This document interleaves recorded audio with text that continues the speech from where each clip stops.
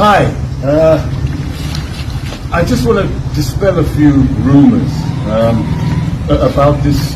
First of all, I want to say thank you to everyone who's shown support for me, everyone who's offered me a house to live in, someone who has offered me their spare room.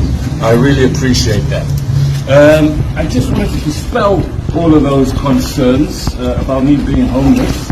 I'm not homeless, not at all. I'm living in a beautiful place in Durban, lots of sunshine.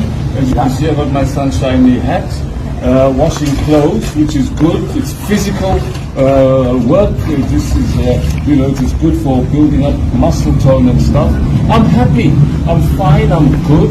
I'm very happy. In fact, we actually have delivery service here, where they actually deliver quality food and the like.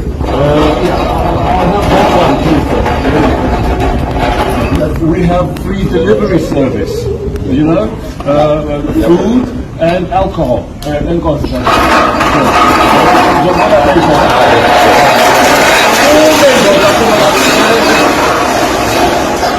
Sorry. I'm fine. I just want everybody to know that I'm fine. I'm happy. I am living under a roof. I am not homeless.